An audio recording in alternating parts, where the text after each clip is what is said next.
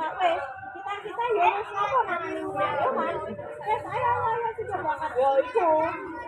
Guben iku sing kepo nek angkat. Sing jarene make guben iki. Ini nanti bayar yang khusus ya.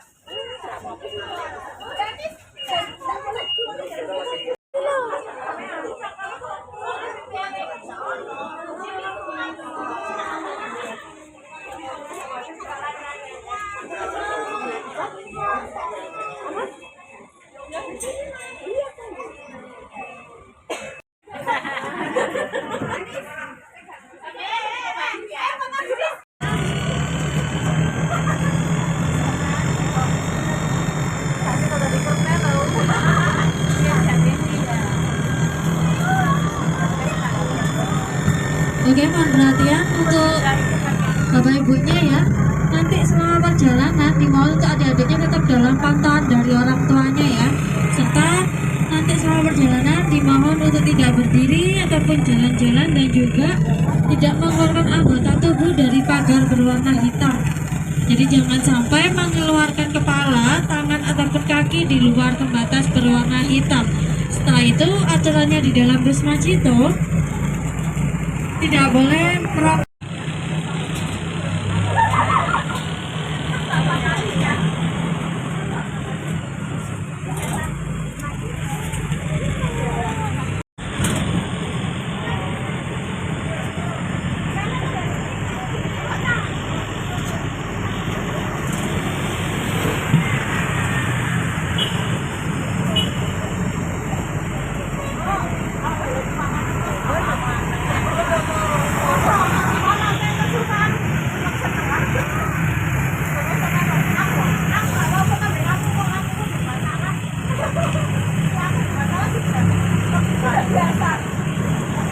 Oke, selamat siang semuanya.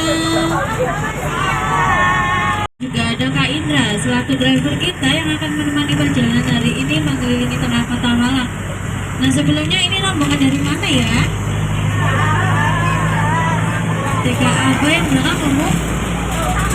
Yang belakang sama rombongan juga. Di samping kanan kita ini juga terdapat perpustakaan umum daerah Kota Malang yang dulunya dibangun oleh perusahaan rokok Kretek di tahun 1965. Disahkannya 1966. Seiringnya berjalannya waktu dikarenakan sepiaknya diambil alih oleh pemerintah daerah Kota Malang di tahun 1972. Dijadikanlah perpustakaan umum serta arsip daerah hingga saat ini. Dan kalau boleh tahu sekarang kita sudah tiba di jalan apa nih teman-teman? Ijen apa? Ijen Bapak. Jadi Bapak sendiri itu diambil dari bahasa apa nih? Artinya apa Ibu? Besar. Berarti saya nanti kalau tanya-tanya bisa tanya ke Ibu ya.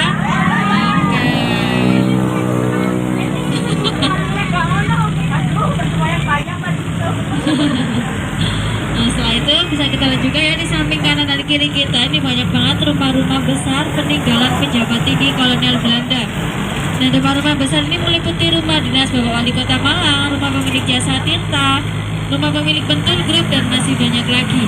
Jadi rumah-rumah besar ini hanya boleh direnovasi sedikit saja, tidak boleh merubah bentuknya karena sudah dijadikan sebagai cagar budaya di tengah Kota Malang.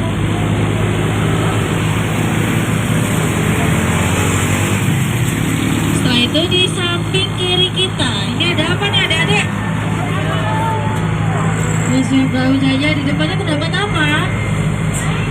Ada apa?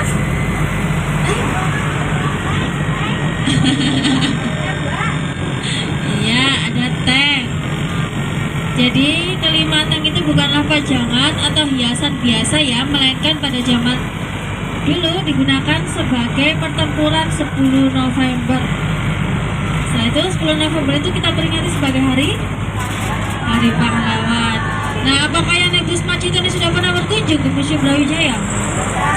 Sudah. Oke, peninggalan seperti apakah yang terdapat di Museum Brawijaya? Senjata. Iya, gerbang maut. Gerbang maut. Maka dari itu dinamakan dengan gerbang maut karena memakan banyak korban jiwa. Nah, setelah itu di samping kiri kita ini juga terdapat dua patung berseragam penenteng senjata. Dia adalah itu bukan berasal dari bahasa Inggris ya, bukan My Trip Adventure, bukan ya, melainkan Tentara Republik Indonesia Pelajar. Yang disebut pelajar karena dulunya beliau berusia muda, berusia 13 tahun hingga 12 tahun. Dan beliau bergabung di medan perang dengan bersenjata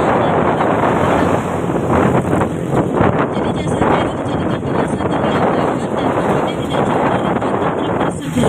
Serta jalan ke jalurnya terdapat jalan salak. Karena ada 35 tentara kita gugur kena tembakan dari arah gereja Ijen dari pemerintah kolonial Belanda, sehingga bergantilah sebagai nama jalan pahlawan trip untuk mengenang jasa para beliau semua. Nah ini warga asli Malang semua nih. Iya. Oh teruntuk ibu nih ya. Iya. Ini kenapa bu disebut dengan jalan simpang balapan? Ada pacuan kuda di mana tuh bu?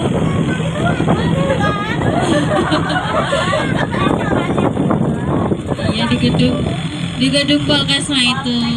Setelah itu di samping kanan kita ini adalah gerbang masuknya. Setelah itu patung yang berada di tengah-tengah itu salah satu patung pejuang asli dari Kota Malang yang lahirnya itu di Sumber Manjing Kulon. Namanya disematkan sebagai nama jalan dan terminal di Kota Malang. Siapa?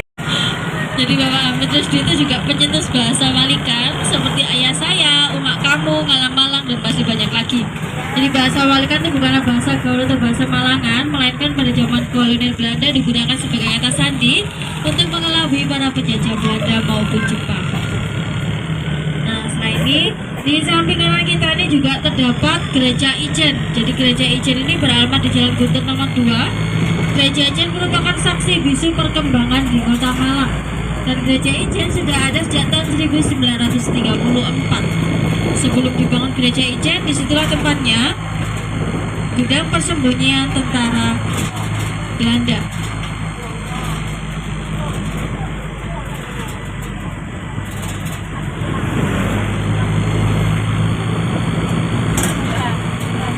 Nah setelah itu di samping kanan kita ini juga terdapat satu-satunya hutan yang berada di tengah kota, yaitu hutan kota Malabar. Di samping kanan kita ini adalah hutan kota Malabar, merupakan paru-paru hijau atau jantungnya kota Malang yang biasanya bisa dipakai sebagai jogging, photoshoot pre-wedding ataupun campingnya para organisasi.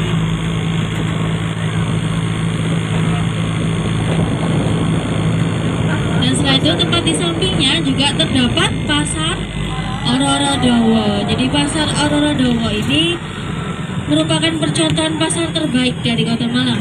Disebut terbaik karena bisa kita lihat sendiri ya, lantainya lebih rapi, lebih bersih daripada pasar lainnya. Lalu belanjanya pun juga sudah memakai troli dan pembayarannya pun sudah melalui cashless. Jadi tidak hanya berbayar cash, bisa berbayar QRIS, debit dan dompet digital lainnya. Maka dari itu pasar Ororodowo bisa disebut dengan pasar tradisional modern.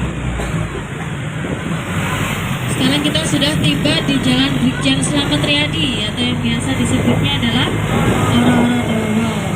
Jadi Ororodowo adalah rawa-rawa dan Dowo itu adalah panjang. Juga di sini dulunya adalah rawa-rawa panjang yang sangat dekat sekali. Ini merupakan jalan satu arah terpanjang di Kota Malang, atau one way terpanjang di Kota Malang. Jadi saya himbau untuk seluruh yang naik bus Macito jangan sampai melawan arah. Kalaupun melepet-melepet akan tetap terlihat dari CCTV Dinas Perhubungan Kota Malang. Dan kalau masih nekat, berarti yang naik bus Macito ini saya pastikan mempunyai 2 nyawa dan juga profesional. Jadi saya ingatkan kembali ya terkait jam operasionalnya bus Macito. Kalau di hari Senin hingga Kamis kita beroperasi mulai dari jam 9 pagi hingga jam 14.20 trip terakhir. Berlokasi di Jalan TNI, Stadion Bajana. Di hari Jumat kita libur, dilanjut di hari Sabtu hingga Minggu kita beroperasi mulai dari jam 10 pagi hingga jam 16.50 trip terakhir. Berlokasi di Tariko atau belakangnya Balai Kota. Nah untuk pendaftarannya sementara kita masih ada on the spot atau manual yang berbasis online, masih ada perbaikan dari server Kominfo. Dan apabila ingin mengetahui seputar dari bus Macito bisa dicek di Instagram, namanya adalah Disurnawang Kota.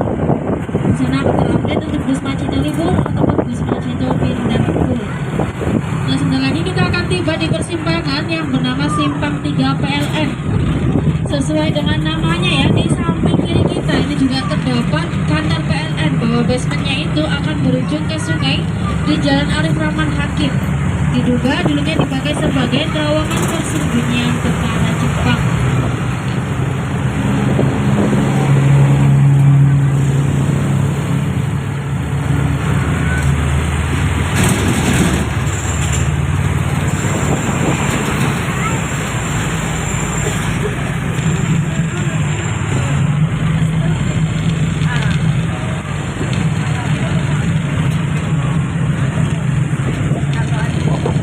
Nah, sekarang kita berbelok ke kiri menuju Jalan Kahuripan. Jadi nama Kahuripan ini diambil dari nama salah satu kerajaan yang berada di Jawa Timur. Dan apabila nanti di depan sana kita berbelok ke kiri akan menuju jalan belakang RSU atau Rumah Sakit Saiful Anwar. Nah, kalau berbelok ke kanan akan menuju Jalan Brawijaya. Setelah itu jembatan yang kita lewati saat ini merupakan aliran dari Sungai Brantas. Jadi jembatan yang berada di Jalan Kahuripan dengan jembatan yang berada di Jalan Majapahit sampingnya Tareko itu merupakan jembatan yang kembar ataupun sama. Kita bisa kita lihat juga di samping kanan kita itu terdapat markas besar TNI Angkatan Darat yaitu 0833 dan di samping kiri ini juga ada koramilnya. Serta di samping koramil ini juga ada deretan rumah dinas pejabat tinggi milik TNI Angkatan Darat. Dan di Jalan Kahuripan ini juga terdapat dua hotel populer yaitu Hotel Montana dan juga ada Hotel Tugu.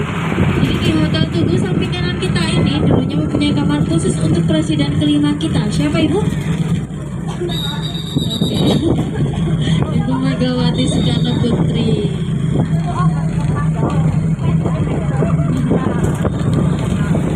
Nah, tadi samping kanan kita ini adalah alun-alun Bundar atau alun-alun Tugu Kota Malang. Jadi pada tahun 1920 di samping kanan kita ini hanyalah lapangan Bundar saja, tidak ada tugu. 1 tahun setelah kemerdekaan 1946 dibangunlah sebuah tugu yang menyerupai bambu runcing, menggambarkan persenjataan kebangsaan Indonesia. Karena juga tugu tersebut diresmikan oleh presiden pertama kita yaitu Bapak Insinyur Soekarno pada tahun 1953. Selain itu di samping kiri kita juga terdapat kantor DPRD Kota Malang dan tepat di sampingnya juga terdapat kantor Wali Kota Malang atau yang biasa kita menyebutnya Balai Kota Malang. Jadi desain Balai Kota ini mempunyai dua konsep. Konsep yang pertama banyak jendela karena dulunya dipakai sebagai AC alami keluar masuknya angin, dan yang kedua dipakai sebagai benteng pertahanan. Apabila terlihat dari kejauhan, Balai Kota Malang akan membentuk seperti huruf M.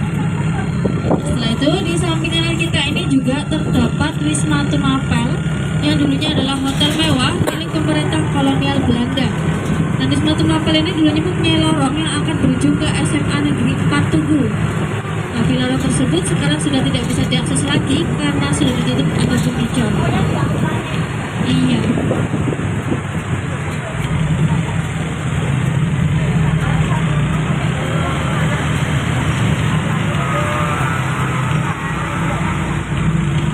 Adik-adik ngantuk nggak?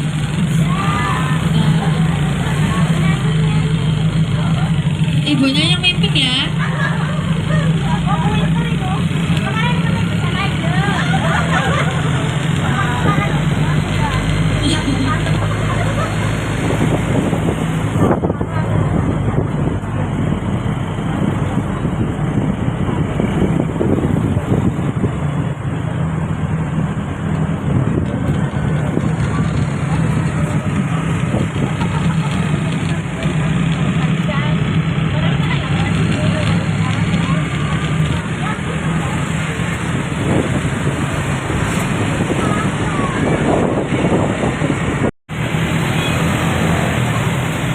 Nah, setelah ini bisa kita lihat juga di samping kiri kita. Ini ada apa nih, Ibu? Ramayana. Ini jangan sampai lupa ya, kan ini rumah keduanya Ibu ya. Jadi Mall Ramayana atau Mall Pelayanan Publik ini dulunya adalah penjara wanita yang sekarang sudah dipindahkan ke daerah Sekun. Nah, untuk warga Malang yang ingin berbenah seperti BPJS, KTP, KK ataupun surat-surat pajak di Mall Pelayanan Publik di lantai 3. Setelah itu, apabila di samping kiri kita ini juga ada alun-alun Kota Malang yang terletak di Jalan Merdeka Timur. Jadi alun-alun Kota Malang ini sudah difasilitasi seperti ada air mancur, taman bermain dan juga ada mobil warta. atau perpustakaan umum keliling. Nah, di samping kanan kita ini juga ada Mall Sarina. Jadi nama Sarina itu diambil dari nama asisten rumah tangganya Bapak Insinyur Soekarno. Karena kebaktiannya dibangunlah sebuah mall yang bernama Sarina di Jakarta dan sudah berkembang pesat, akhirnya menyebar di berbagai daerah termasuk Kota Malang. Nah, di samping kanan kita ini juga terdapat patung setengah badan, patungnya Bapak Hairil Anwar, pencipta puisi Aku. Tepat di sampingnya juga terdapat bentukan kepala kereta api pada zaman kolonial Belanda dulu. Nah, sekarang kita sudah tiba di Jalan Basuki Rahmat, atau biasa kita menyebutnya adalah Kayu Tangan Heritage. Jadi konsepnya seperti di Malioboro-nya Jogja atau Jalan Baraganya Bandung. Nah, harapannya warga Kota Malang tuh nggak usah jauh-jauh ke Bandung ataupun ke Jogja, karena di kotanya sendiri sudah ada, yaitu Kayu Tangan Heritage. Dan Kayu Tangan mempunyai filosofi. Kayu Tangan diapit oleh dua sungai, Sungai Berantas dan Sungai Sukum, sehingga tanah di sini bisa dibilang subur. Secara tidak sengaja muncullah tumbuhan herbal. Apabila dia bertumbuh, dia akan menyerupai jari-jari tangan.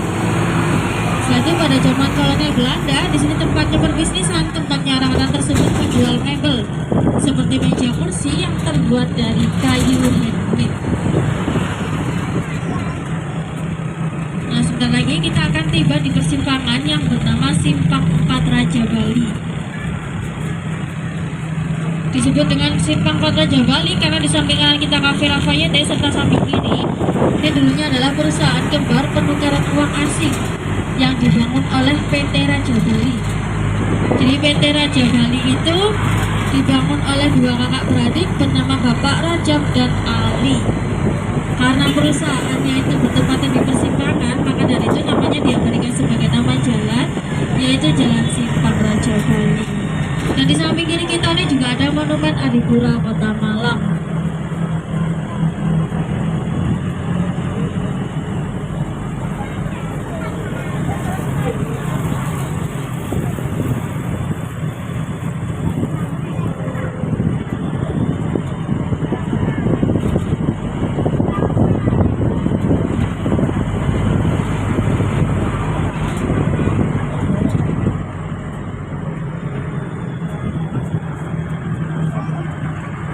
Nah, setelah itu di samping kanan kita ini juga terdapat Monumen TGP. Jadi TGP sendiri itu mempunyai kepanjangan yaitu Tentara Jadi Pelajar.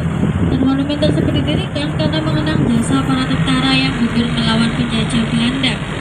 Nah, selain ini di samping kiri kita ini juga terdapat apa nih, Ibu? Stadion apa? Iya, Stadion Gajah. Jadi jangan sampai salah ya, kemarin ada yang bilang katanya Stadion Kanjuruhan. Oh, ngetes. Jadi di samping kiri kita ini adalah Stadion Gajayana, dan nama Gajayana diambil dari nama Kerajaan Kanjuruhan, kerajaan pertama di Malang. Dan Stadion Gajayana ini merupakan markas besar klub sepak bola seperti Persema yang kurang lebihnya bisa menampung hingga 30.000 penonton. Dan Stadion Gajayana ini bisa disebut dengan sentranya perolahragaan karena bisa kita lihat sendiri sudah difasilitasi seperti ada lapangan tenis, lapangan voli, mini soccer, lapangan basket, tempat gym, dan juga ada kolam renang indoor. Jadi kolam renang itu akan berbayar mulai dari 10.000 hingga 20.000 saja. Dan gak terasa nih ya Bapak Ibu, saya sudah menemani perjalanan Bapak Ibu mengelilingi tengah kota Malang nih. Jadi apa kamu ngantuk naik bus Macito? Tidak. Ada adik ngantuk nggak? Enggak. Jadi saya harap jangan kapak-kapak naik bus Macito ya. Oke, saya tunggu ya Ibu. Oke.